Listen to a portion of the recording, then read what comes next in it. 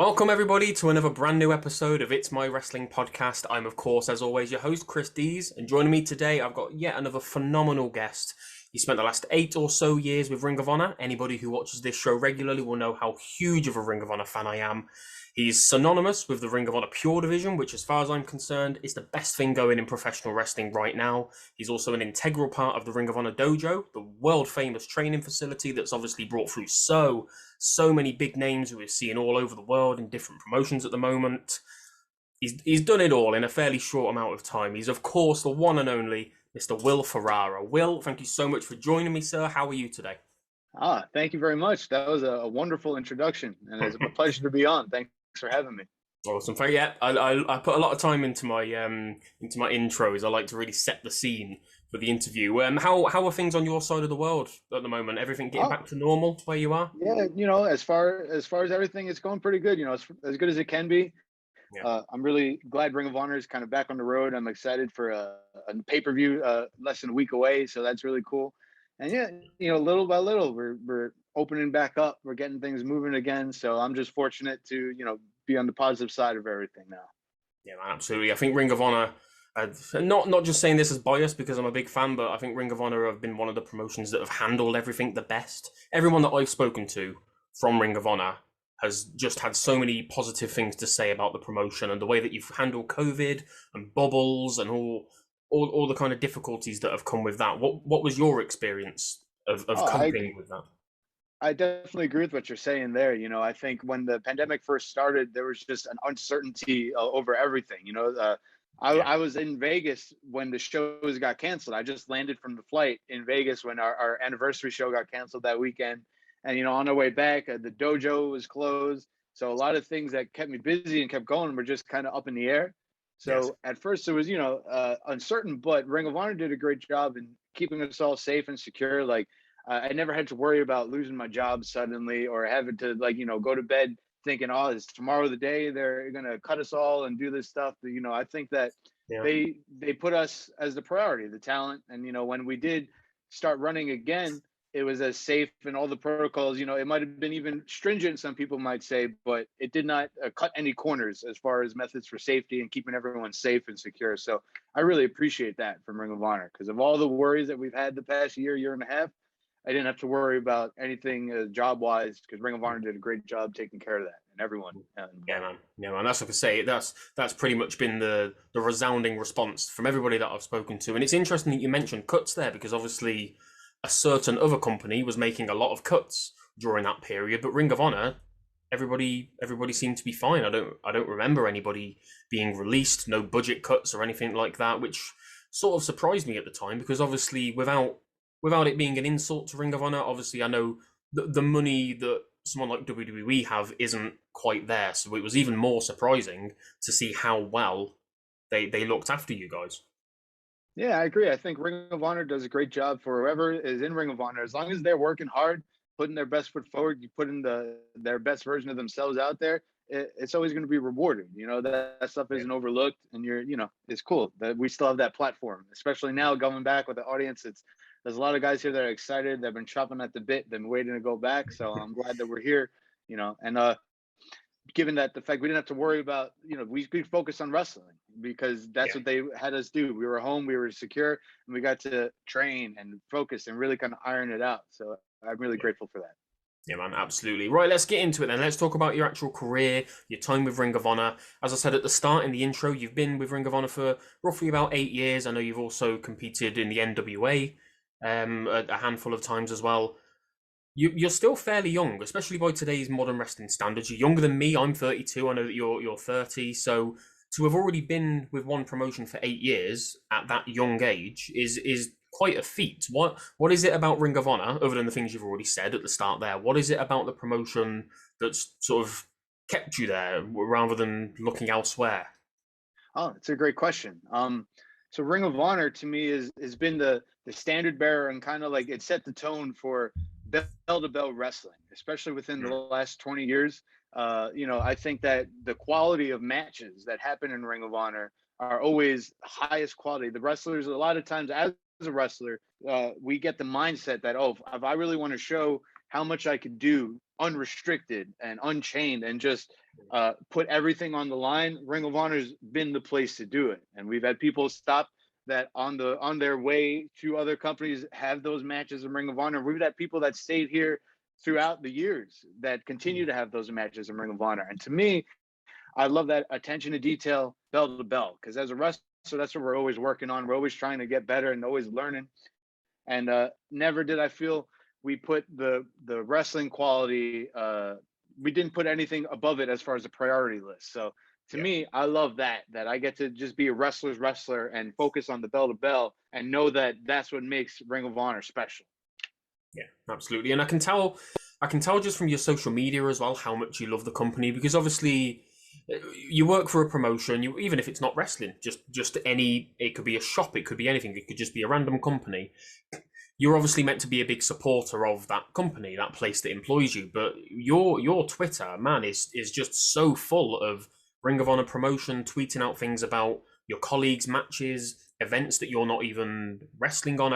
I just get a sense of how much you really genuinely love Ring of Honor as a promotion, not necessarily just as someone who works there.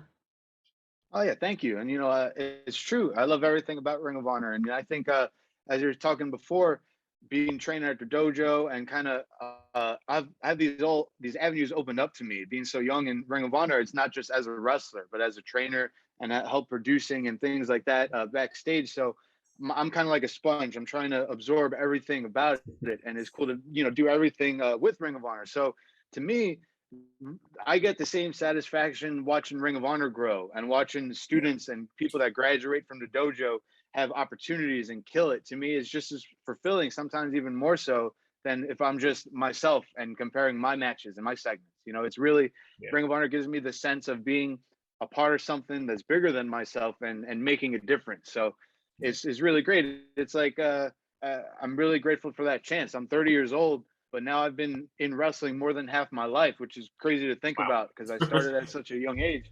But I think that I'm grateful for the experience now and doing other things besides wrestling that are in the business of wrestling, because I know my back is going to tap out eventually taking these bumps, but my passion for wrestling can live through these other roles. Yeah, absolutely. And you mentioned those roles. What was it that attracted you to those roles? Was it the fact that obviously there wasn't much to do over the last year and a half when there were no fans and wrestling took a little bit of a hiatus? Because obviously you look at somebody getting into being a producer or being a trainer and a coach, and you tend to think that they're at the end of their career. It tends to be the older wrestlers that, like in the twilight of their career, they'll transition into a backstage role. Was it something that you always wanted to do eventually, or is it just something that you've fallen into because of circumstances? Oh, great question. It kind of happened circumstantial at the time. It was a little before the pandemic happened, maybe throughout the year 2019. I got the opportunity to compete at the Madison Square Garden when Ring of Honor New Japan had the Super Show. They had the Honor Rumble. And then from that point on, I haven't really had a match in Ring of Honor since after pandemic. But what I did notice is that we were taking a lot of steps forward as a company as far as the way that we handled television and the way that we did shows and production, and learning from people that have been in shoes like that before. And I get to learn the synergy that all these kind of parts have. So really, it was intriguing to me to know that the more I knew about the camera angles, the more I knew about communicating with the production, the more I knew about how all these kind of pieces intertwine, that could make me a stronger wrestler.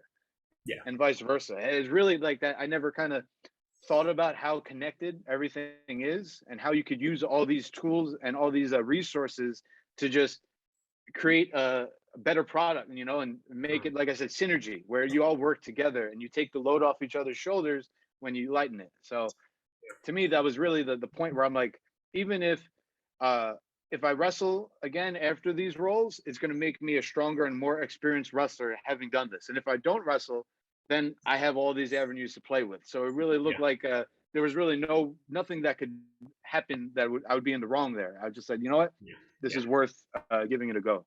Yeah, absolutely. And have you noticed an improvement in your own game, in your own in-ring ability? Because, as I said at the start, the Ring of Honor Dojo has helped so many of the guys who at the moment are top names. It doesn't matter where they are, whether they're in WWE, where there's loads of them.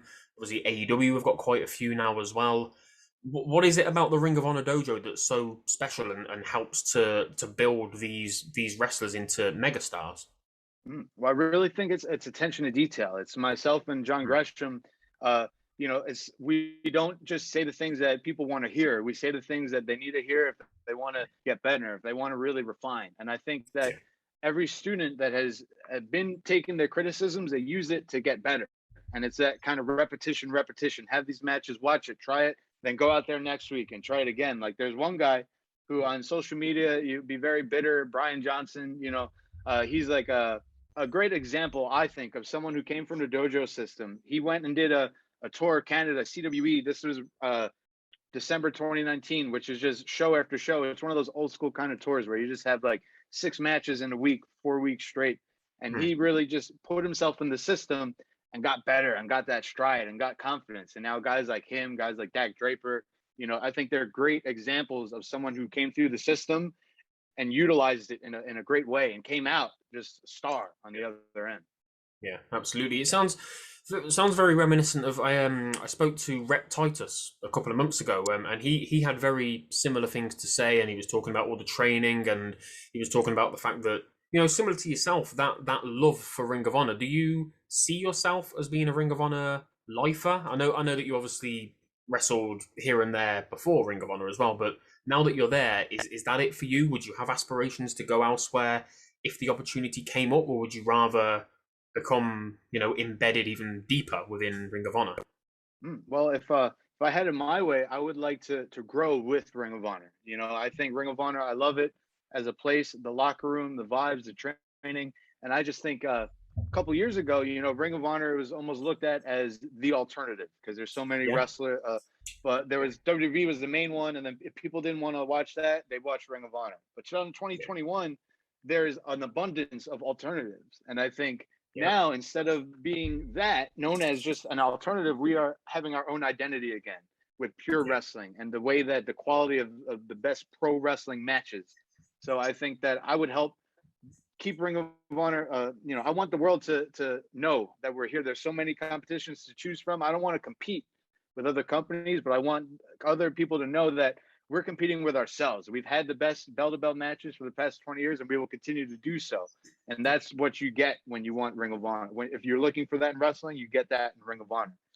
And I Yeah. think there's just a great Yeah. opportunity for it to grow even bigger.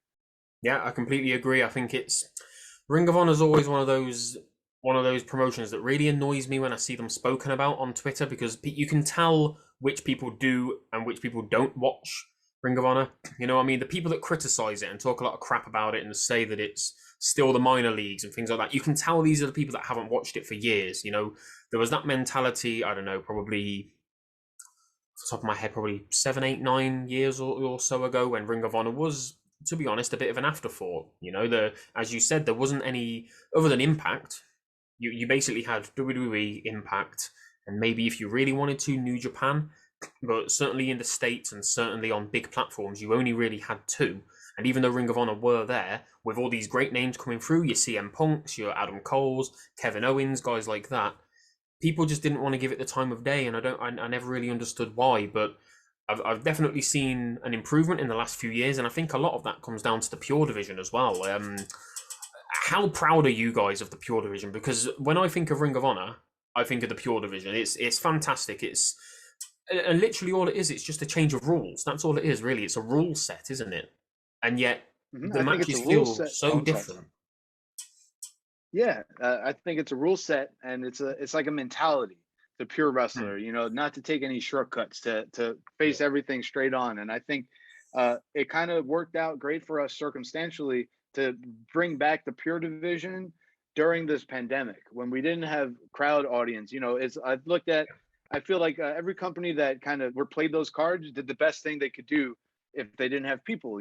But it's almost as from someone watching at home, it felt like something's missing when the crowd wasn't there. But when Ring of Honor did it, I think it was almost like you put a different lens on it. We weren't thinking about there not being a crowd. We were thinking about the attention to what's going on in the ring, even zoomed in even further that we're not used to. So I think the timing of that was wonderful. And you got a product where uh, maybe if you're unfamiliar to wrestling and your first time seeing it, you'll think of Ring of Honor as, oh, that's like a MMA pro wrestling hybrid. It's serious. It's more Yeah. about the holds and the transitions, and it's something different. So I'm really proud of that, and I'm really proud of the wrestlers who choose to call themselves pure wrestlers, because they take it's like a standard that's really high that they force themselves to live up to. And I look at a guy like Gresham, who really set the bar, especially this day and age of what a pure wrestler is and could be. So I look at Gresham and I think, physically, the shape that he's gotten himself into, his character, his entrance get up, and most importantly, bell to bell, he's the best in the world right now. And we have him here in the Pure Division. He has that division on his back. So I'm proud of him, and I'm proud of the division that he brought back to Ring of Honor. Yeah, and you make a really good point of how sort of obviously we knew that there were no fans. You could watch any promotion and you would notice that there were no fans. I think it was really, really clear with people like WWE, who were used to having 20,000 people in a stadium or in an arena, and AEW as well. But with Ring of Honor and Impact as well, let's be honest, you're obviously smaller crowds anyway, smaller buildings, smaller arenas. But because you had something special, whereas the other promotions, not to be horrible to them, they just carried on doing what they were doing. They didn't introduce anything. I know WWE had the Thunderdome, but I think that was a bit too in your face, if you know what I mean. Whereas you guys, like you said, you focused on the wrestling, but you managed to incorporate something new. What was it like for you stepping in to the Pure Division, having not necessarily wrestled like that before? Is it a big transition? Is it a big culture shock to then obviously, wrestle with one rule set, the way that you've been trained to wrestle, and then all of a sudden you've got all these different rules and, all the rope breaks and things like that? What was that like for you to adapt to? I think on paper, you look at it and you might shy away because you think, oh, that's complicated. They're adding all these rules. But I think being in there, it's like it makes you focus more on every action that you're doing as a wrestler. No frivolous movements. There can't just be a rope break that you use. Just like, you're going to have to think of now more ways to get out of stuff because you only have a limited breaks. And then there's a situation, if you run out of breaks, then you have no luck. Ropes don't end any holds. You got to find different ways out. So I think it incorporated a different kind of mindset training wise, and thinking of counters and thinking of I'm not going to have any breaks here. Think of it as we're just locking and we're going until we find a finish. And I think as far as coming up with stuff in the match, it was really cool for me as a wrestler to not to kind of take the unpredictable element and the crowd element away. And it's more like you're telling a story through the cameras, and you could really take your time. And at some point, where wrestlers, you get the crowd response and it's like instant, if what you're doing is working or not.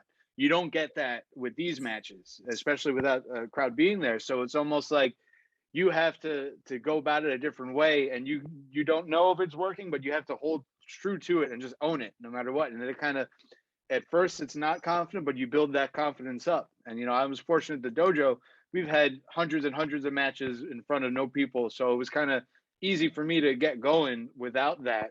But I think it kind of showed in our matches where people, there's no second guessing. There was no listening. It was just like, you know what you're doing and you make it good, and you just got to feel it and kind of own it yourself. And I thought that was interesting kind of way to have matches. And when we watch it back on Ring of Honor TV, it translated great. I don't think that any of these matches suffered for lack of audience. Yeah, no, absolutely. Like I said, you got to a point where you knew that there were no fans at first, and you started watching the first few episodes and you're a bit like, this isn't for me. But the more and more you watched, you genuinely didn't notice there was no fans there anymore. Like I said, other promotions really struggled with that because they tried to replace those fans, and it obviously we were already missing the atmosphere, but then they almost put in like a fake atmosphere with the Thunderdome and things like that, and it made it really obvious that they were missing. But you guys really, really did just step it up. And I'm not just saying that because you're here. I'm not just saying that because I've interviewed loads of Ring of Honor guys. Honest to God, I think the way that you guys handled the pandemic and the lack of fans was second to none. The Pure tournament itself was incredible. I've only ever seen good things said about it, but I wanted to move on to something else that Ring of Honor are doing really well at the minute and get your opinions on it. On the women's side of things, the Women of Honor, obviously, without a champion for gosh, the best part of a year and a half. I think it was January of last year. So yeah, just over a year and a half with no women's champion. Obviously, we're sort of towards the end of the Ring of Honor women's tournament at the moment to crown the new champion. What's that been like to be around? How are the women of the roster feeling? Are they feeling any pressure to step up there? Because obviously women's wrestling is at the forefront of the industry at the moment. It hadn't been for such a long time. And then again, Ring of Honor, that's another thing that they've really stepped up in. The women have been fantastic and really taken the bull by the horns with this tournament, which is obviously something usually reserved for the men's wrestling, isn't it? We don't really get many women's tournaments. So what's that been like to be around? Like the excitement, as I say, the pressure. How have the women been handling it and coping with it? Oh, I think it's been great. I think there's certainly a lot of pressure because Ring of Honor, in its past, it didn't have such a strong women's division at all. There are a few matches here and there. We started the Women of Honor division a few years ago, and it kind of came into something great, you know. And then, like you said, not having a champion for a while, we were going to have this tournament in 2020. COVID happened, and now we're waiting another year to get it. But I think the anticipation and all the excitement, it delivered throughout this tournament. I think that all the women in this tournament were hungry, and they kind of knew that we're going to have to set the tone here. You know, we're getting this stage that we've been asking for a long time, so we're going to have to knock it out of the park when we are there. And I think they're doing a great job. And Roxy and Miranda Alizé, they're in the finals coming up just before the start of this weekend. Yep. Personally, I'm really excited to see it because I know the finals of the tournament, they're going to put everything on the line. It's going to be live in front of a crowd. So I think the stage is set, and I have confidence in everyone in the division to really deliver. And I think it's been long overdue, but now the focus on women's wrestling in Ring of Honor is here, and it's just up to them to really do well with it. Yeah, and I think what I like about the tournament is as well, like Ring of Honor have obviously always, it's less of a thing for the WWEs and people like that. Companies like Ring of Honor, Impact, AEW have always had the ability to sort of bring people in for the night or for a few weeks or for a tournament, you know, like special guests, big names, just to pop a rating or whatever it might be for.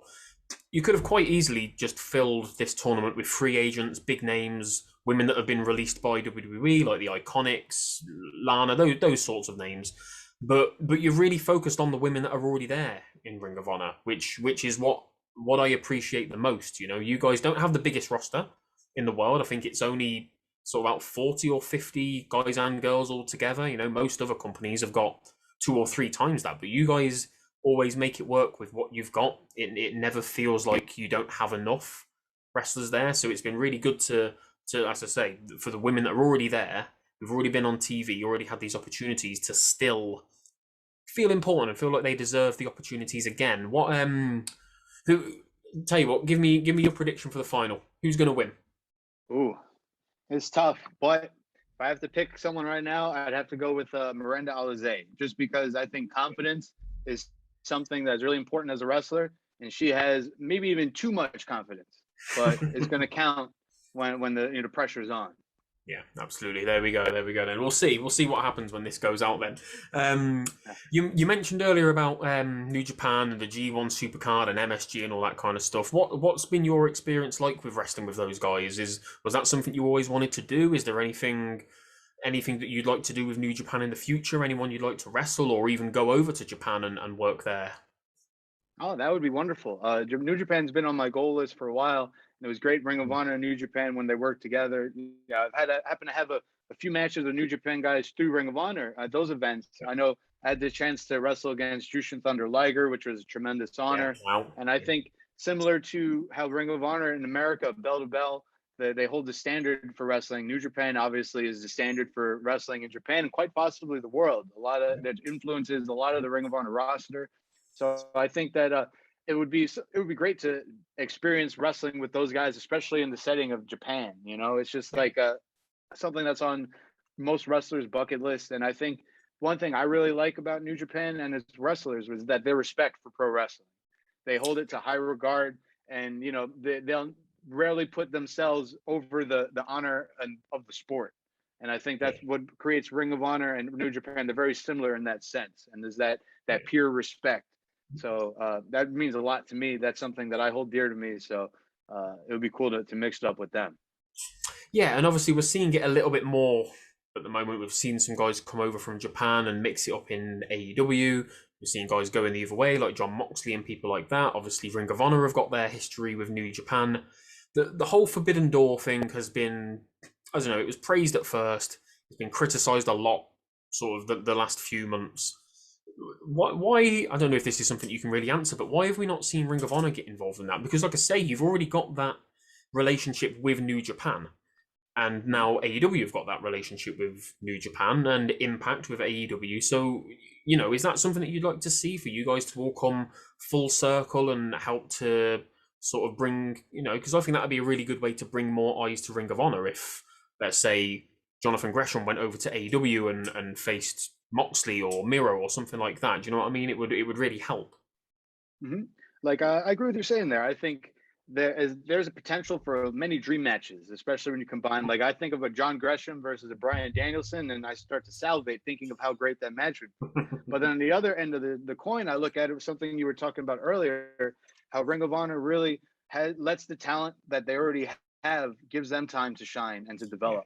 So even though, like, how cool it would be to have a Bryan Danielson come back to Ring of Honor, even if he's working with AEW, or to open back up with New Japan, I would rather see guys like Eli Isom, guys like Brian Johnson get time in Ring of Honor to develop, because these are the guys that are going to be Ring of Honor's top stars one day, and they're not going to get there without that time and experience. So it's as much as I would like to see all these worlds cross over and the multiverse of wrestling kind of happen, I would like to see these guys get their fair chance too, because there's so many guys in Ring of Honor that have been working hard for so long just to get that shot to show what they could do. And I think for us, we have 1 hour TV every week. We have week by week and Women's Division Wednesdays on YouTube, and that's pretty much all our consistent programming, aside from we have Honor Club events and pay-per-views. So it's not a lot of time to fill with a lot of roster. Even though it's a smaller roster compared to most, it's the smallest broadcast window. So I would just want to see our talent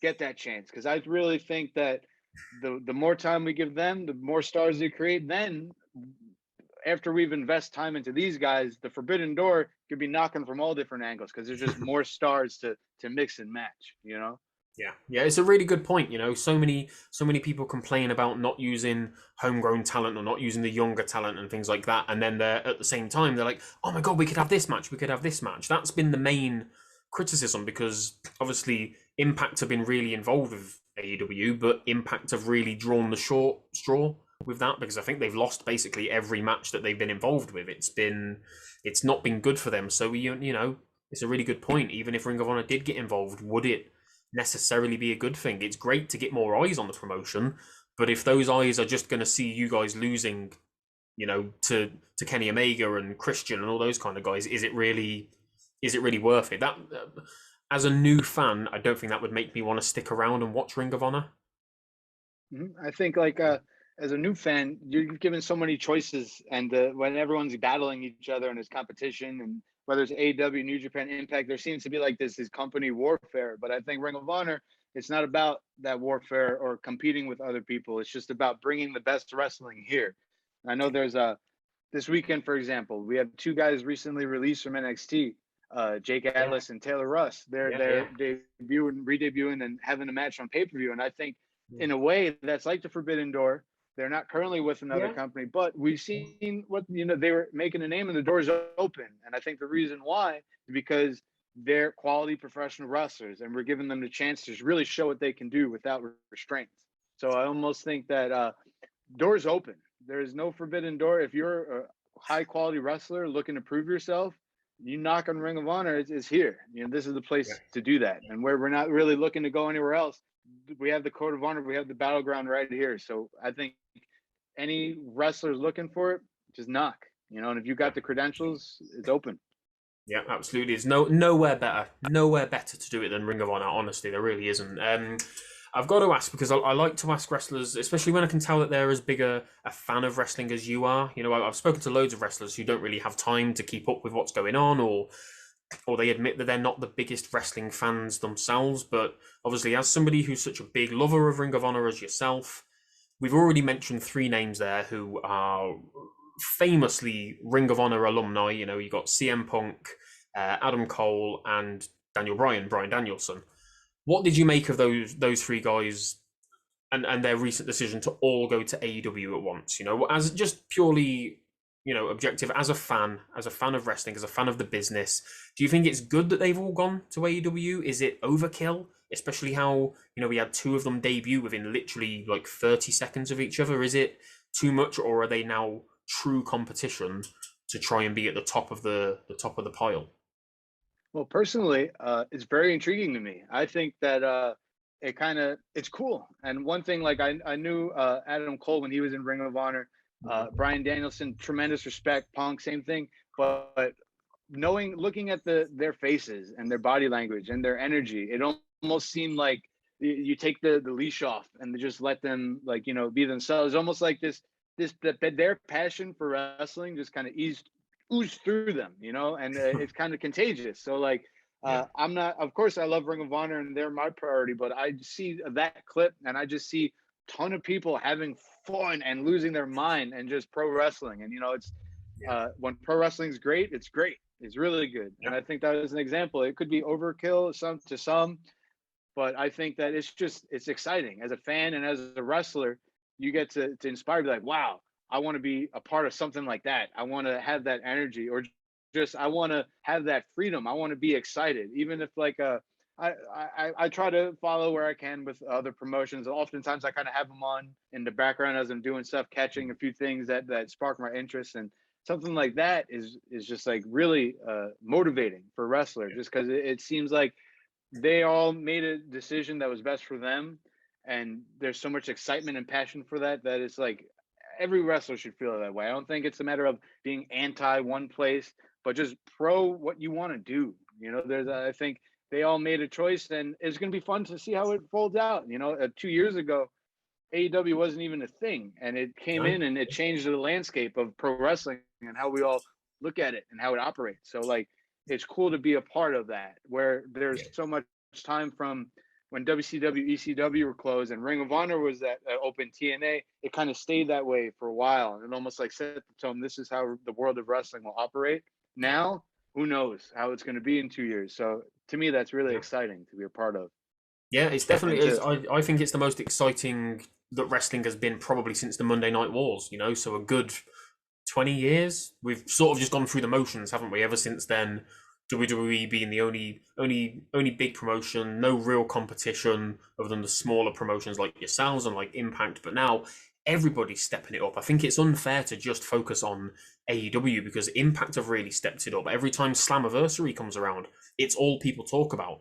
Ring of Honor have become much bigger as well in recent years. You know, you're all there. You're all catching up. I don't know if that's a case of WWE.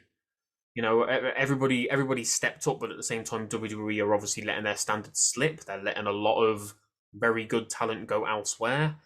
Even somebody like EC3, you know, somebody that's gone to Ring of Honor, probably one of the biggest names that has gone to Ring of Honor in the last few years. I was stunned to see that he had signed a proper contract with Ring of Honor, because he could have gone anywhere, couldn't he? He could have gone to AEW quite easily. He's a big name. He's known. You know, he could bring eyes to a product.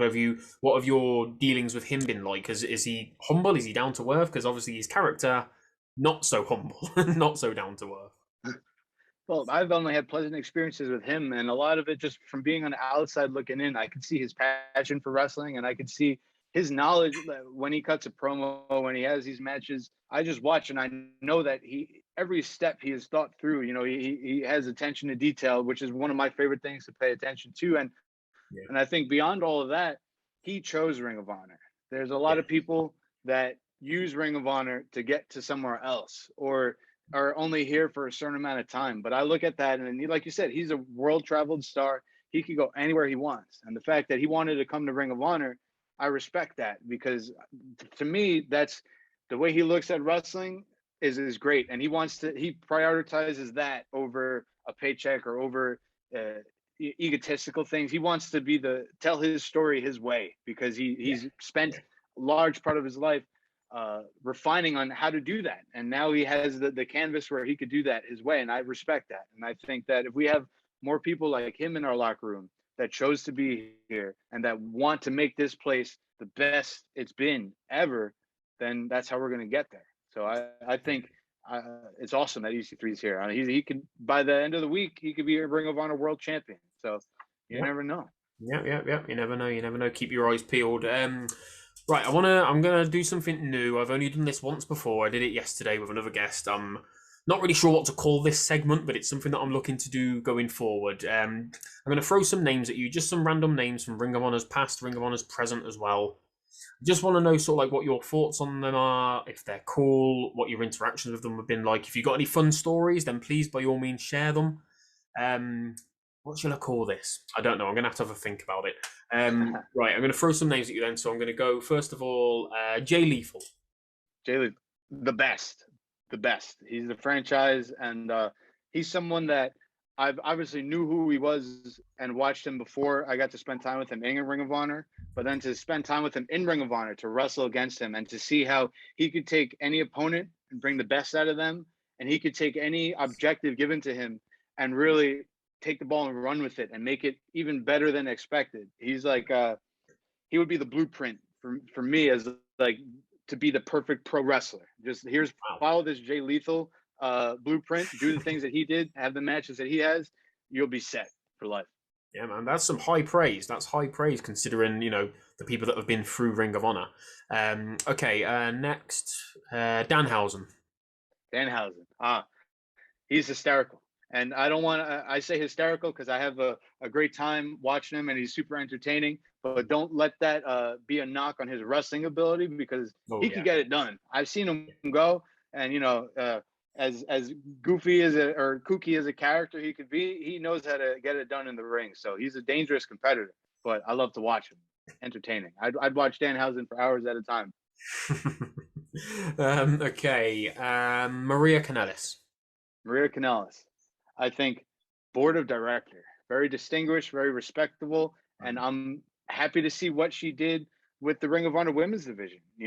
She really kind of jump-started this back and took the reins. She took her experience from being all around the world through wrestling and applied it here. And I think we kind of needed that leadership, especially from another woman who could pass down experiences to them, and I think she's kind of the flag bearer for our division. And I'm proud to have her on the board of directors as back in the company, and really her passion shines through wrestling. And I hope she continues to invest more and more into it because it's only going to pay off for both parties. Yeah, man, absolutely, completely agree. Like you said, she's got that experience, like EC3, of being in the big leagues, if you know what I mean, and that experience of how they do things and TV and all the backstage politics and stuff. She knows. As much as she knows what to do, she also probably knows what to avoid as well, which I think is just as important. Very, yeah. I was just about to say, just as important is what not to do as what to do. And, that's great that she brings that knowledge to us. Yeah, absolutely. Okay, the Briscoes. Them boys. I love the Briscoes. I think they're like the blood of Ring of Honor. They're the heart that keeps it going. I think since day one, literally, they've been a part of Ring of Honor. And it's just like, they love it, and you could tell they love it, and they're hungry, and they would take the Ring of Honor flag, be on the front line of any battle. Then I think that they would fight for this company. They've had some of the best matches in Ring of Honor history as a team and against each other, and they're the kind of guys where they're a mainstay, they're a constant, and they're one of like the soul, like people that I would put as the soul of the Mount Rushmore of Ring of Honor. The Briscoes are two heads that I can't remove. They will be there no matter what. Yeah, absolutely.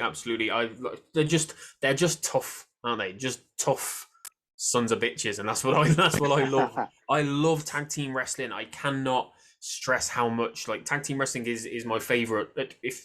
There is nothing better than tag team wrestling. When it's done well, when it's respected, and taken care of in a way that a lot of companies don't anymore because they've sort of forgotten about it. They don't see any value or any money in it. Tag team wrestling is incredible. Look at what we've just seen at All Out with the Lucha Bros versus the Young Bucks. Unbelievable. Some of the best super matches. Exciting. Tag wrestling, I love it too. And the Briscoes, they're some of the guys that I had one of my first tag matches in Ring of Honor against them, thrown into the deep end. It was great. And then just as a fan watching them, they had that energy. It's just, they're one of my favorite tag teams. I think they've locked up with the Bucks plenty of times in Ring of Honor. They locked horns with many teams. They had this awesome feud with the God from New Japan. And, you know, no matter what team you put the Briscoes in there against, it's going to be a hell of a fight. Yeah, absolutely. And I got one more. I'm gonna cheat for this one a little bit because it's 5 people. Shane Taylor Promotions. I've had these guys on the show before. I had them all on, like all at the same time, and it was just carnage. Just 5 guys just talking. I just sat there not saying anything the whole time. Hey, respect is the first word that I think of when I think of Shane Taylor Promotions. All the guys that are in Shane Taylor Promotions, I've seen them work their way up the ranks, and they did it their way. And, you know, that's the best part of it. You know, I think that where a lot of people, when they're frustrated about something, they could take that energy, and it's almost like they attack with it and they kind of take it out on other things. But Shane Taylor Promotions, they took that energy and they used it to motivate and to elevate each other and to put themselves in the mindset where, all right, if you're not going to give this to us now, watch what happens when we go out there next time. We'll take it. And I think they're great. They're one of the top factions in Ring of Honor. They're one of a historic reign of the 6-man tag team championship, and they keep growing. I think they're very busy on the independent circuit, which I give them credit for, because where wrestling is just kind of getting its footing again, they've been in the trenches and they're hungry. They're getting it. And I think it's only a matter of time before they really start running the place here in Ring of Honor. Yeah, absolutely. And it works so well because, and I really got this feeling when we spoke to them before, you see factions on TV and you're like, these 3 guys don't really fit together. But then you've got guys like Shane Taylor Promotions who, it's not just a team, is it? It's not just a faction, it's a brotherhood. And you can feel that just by watching them on TV or talking to them, you can feel how much they care about pushing each other. I agree. And I think that's why they're achieving the success that they are right now, is because they continue to push each other past their points that they even thought they could make, you know? And I think like SOS, they're from the ROH Dojo, O'Shea Edwards from the ROH Dojo. They really just like earned their spot through Shane Taylor Promotions and through just all the hard work and all the going out there. So I'm really excited to see. I think this weekend too, against LFI, SCP has their probably toughest title defense yet. But I have nothing but faith that they'll get past it because they've just been on a roll lately. Yeah, man. Absolutely. Right. I want to bring it back to you because we've talked about loads of other things. We've talked about loads of other wrestlers, but I want to talk about you again because obviously we've covered the fact that you're doing bits of production work and working at the dojo as well. And obviously last year was tough where you didn't really wrestle much, if at all, last year.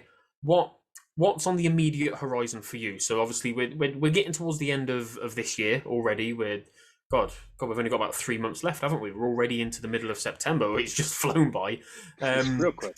What are your plans moving forward? I know obviously everybody wants success. Everybody wants to focus on winning this title, that title. But what do the next few months look like for you, and then going into 2022?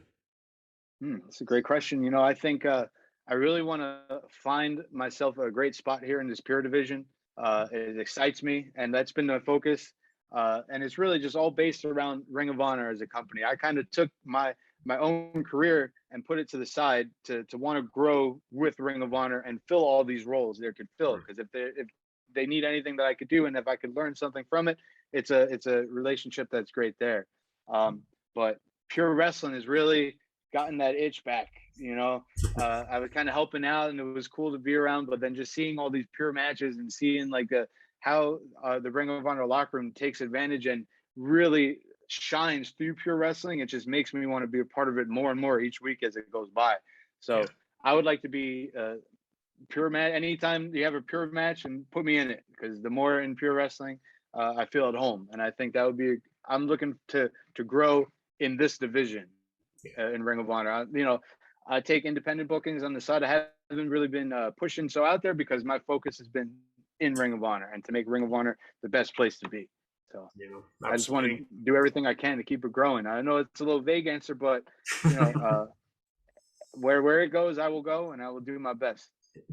Yeah, it's a little bit vague, but it's honest, and it's good. It's good to hear that you really want to help grow that, because you could do anything. You could go for any title, but it's great that you want to really embed yourself and become synonymous with just that division, not just Ring of Honor as a whole, but especially with that division. A bit like the, you think of Impact, you think of the X division, and there are names that you just think of instantly for that division, and we're getting there as well with the Pure division, like you say, yourself, Gresham, guys like that. What I wanted to ask as well is, with the Pure division, and obviously with all these rule changes, obviously the Pure division was a thing a while back, years ago, and then as you said, it was sort of dissolved. The title went away for a while, and then it came back. What was the decision behind it coming back? Because obviously it was before the pandemic, wasn't it? Why? Who pushed for that? What was it because Ring of Honor needed an identity, or was it just because why not? Let's just do it. So I think that there are a lot of people kind of pushing it at different times throughout the year since it's been gone. Because when you think about it, the Pure Division is something that was created by Ring of Honor, housed in Ring of Honor, that you can't get anywhere else but Ring of Honor. And in wrestling these days and age, it's kind of hard to find that, whether it's a certain match type or it's a certain championship or style, but there's oftentimes things are repeated different ways, just slightly, slightly tweaked. But I think John Gresham definitely was a big voice behind the Pure title and behind bringing it back, just because of his passion for that style of wrestling and knowing that it is something that helps Ring of Honor create its own identity.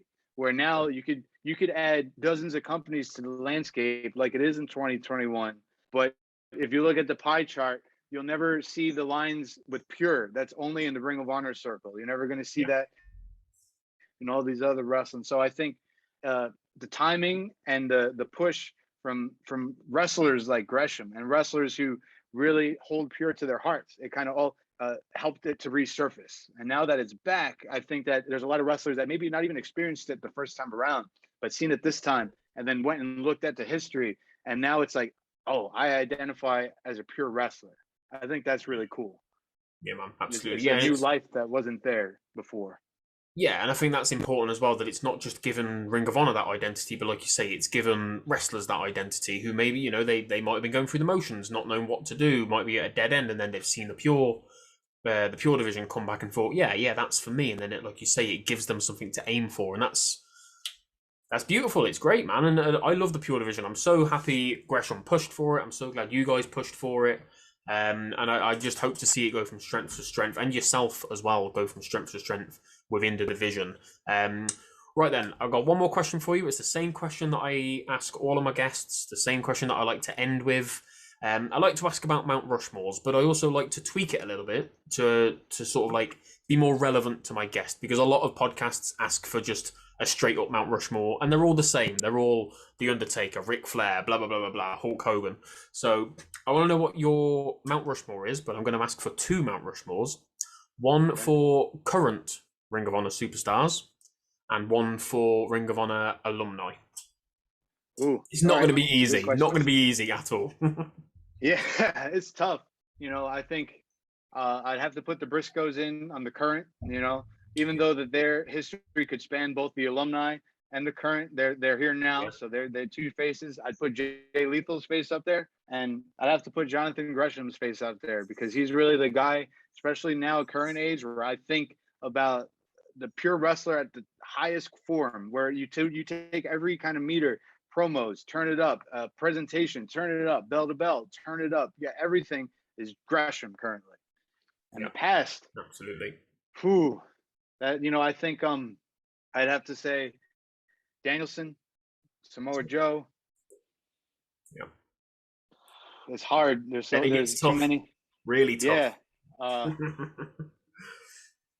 I'd have to put CM Punk through there. Yeah. And personally, a big fan of El Generico.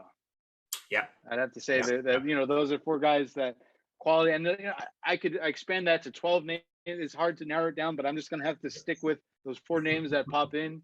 And I just think they've lasting impressions of Ring of Honor, and just the wrestlers at whole. They try to emulate those kind of matches that we've seen for those guys back in the day, and expand a whole new generation of wrestler. And who knows what this generation will produce going forward as we pass the torch to the next generation. Yeah, absolutely. That's a really good point as well. Like, obviously, you think of wrestlers if you've not watched wrestling in the last like 20 years and you were to be asked like a wrestler from your youth or whatever, you'd think of Hulk Hogan, Andre the Giant, those big guys. And Ring of Honor have really helped to pave the way for, I guess you would say, the smaller guys, the ones who the internet community like to call vanilla midgets, which is not what I think at all. But you know what I mean, like those smaller guys who are more about the technical ability and the actual wrestling ability rather than being 6 foot tall, muscle headed freaks. If you know what I mean. I think Ring of Honor have been really integral in that. We saw it a little bit in the 90s and into the 2000s, like Shawn Michaels, Eddie Guerrero, Chris Benoit, people like that. But Ring of Honor have really taken that ball and just ran with it. No, I agree. I think if you ask someone who's a very casual wrestling fan, or maybe not even super invested, and you just say, what does a wrestler look like? Maybe 10, 15 years ago, they'd say, oh, steroids, Zumbas, all this like crazy, it kind of fit this one image. But now there you could get 20 different answers for what does a wrestler look like, because there's so many different wrestlers now in a prominent position to represent what they feel like a wrestler could look like. So I think that's great, because now no matter who you are, you could see someone and be like, oh, they're doing it, I could be like them. You know, when I was younger watching wrestling, I gravitated towards like a Rey Mysterio, a Bryan Daniels, or smaller guys. But now there's hundreds of guys I could pick from all these platforms. So it's really cool. I think that no matter who you are, you could find someone that just resonates with you as a person and as a wrestler. And it kind of helps broaden the horizon for how people think of wrestling. And they're not going to associate it with just the one image that they had in the 80s and the 90s. And now it's more of the feeling you get when you're at wrestling and all these kind of pieces intertwining. So I think it's cool. And I hope that in, 10, 15 years from now, when you ask someone, what does a wrestler look like, you won't get the same answer twice. Yeah, absolutely. Couldn't agree more. Like you say, it's important to have someone to relate to, whether it be women as well, like we said earlier, and what Maria's helped to do as well, giving young girls someone to look up to, whereas like 15, 20 years ago, what were young girls looking up to really? They were looking up to bra and panties matches, you know what I mean, and things like that. It wasn't good, but now the landscape has just changed completely. People from different races, religions, backgrounds, ethnicities, it's a wonderful thing to see. It's a wonderful time to be a wrestling fan. And I just want to say, Will, man, thank you so much for joining me. Before I let you go though, where can people find you on social media? Is there anything you want to push Ring of Honor wise? Any like stores or anything like that? Oh, well, great. Thank you for having me. I had a great time here. Anyone who wants to follow, it's at Will Ferrara on both Twitter and Instagram. Simple as it gets. And as far as Ring of Honor stuff, this week on TV, as a Death Before Dishonor episode, I get to wrestle Josh Woods in a Pure Rules match. So I'm really excited about that. There's also a tag team title match that episode. It's going to be really cool. And then Death Before Dishonors. Ring of Honor next pay-per-view is this weekend, this Sunday. And I think it's going to be an awesome card. We're going to crown a new women's champion for the first time in years. And I think as far as shops, you can go to shophonor.com. There's no Will Ferrara merch, but if you support the Pure Division, you support me. And I think anyone who wants to, if they're fans of Ring of Honor, they know that they could watch us every Monday on Fight. And if they haven't checked out Ring of Honor yet, I just urge someone to check it out. Give it a chance. There's a lot of wrestling here, but I think bell to bell, the quality of matches, Ring of Honor has the best wrestling on the planet. Yeah, absolutely. I'm glad that you mentioned Fight as well, because I was going to mention Fight TV. It's the best place to get Ring of Honor. It's where I get my Ring of Honor fix from as well. It's especially hard for people over here in Europe and in the UK. So Fight, yeah, absolutely. Fight's brilliant. Such good, it's great. Such good easy value to stream on your TV. Yeah, to me, they made it watching so much easier. So when people say, "Oh, I don't get it," no matter where you are, you log in to Fight, you got Ring of Honor every week for free. So it's really cool. And that was always the thing, wasn't it? Ring of Honor was hard to find, but now it's so accessible. Just like all wrestling, there's so much wrestling, there's so many different ways to find it. Ring of Honor is there. If you want to watch good wrestling, it's there. Ring of Honor is there. Just stop being lazy. Just go and find it. Yeah, just got to give it a try. And then you'll probably be hooked. So it's good. Awesome. Will, like I said, man, thank you so much for joining me. It's been a pleasure. It's been a blast.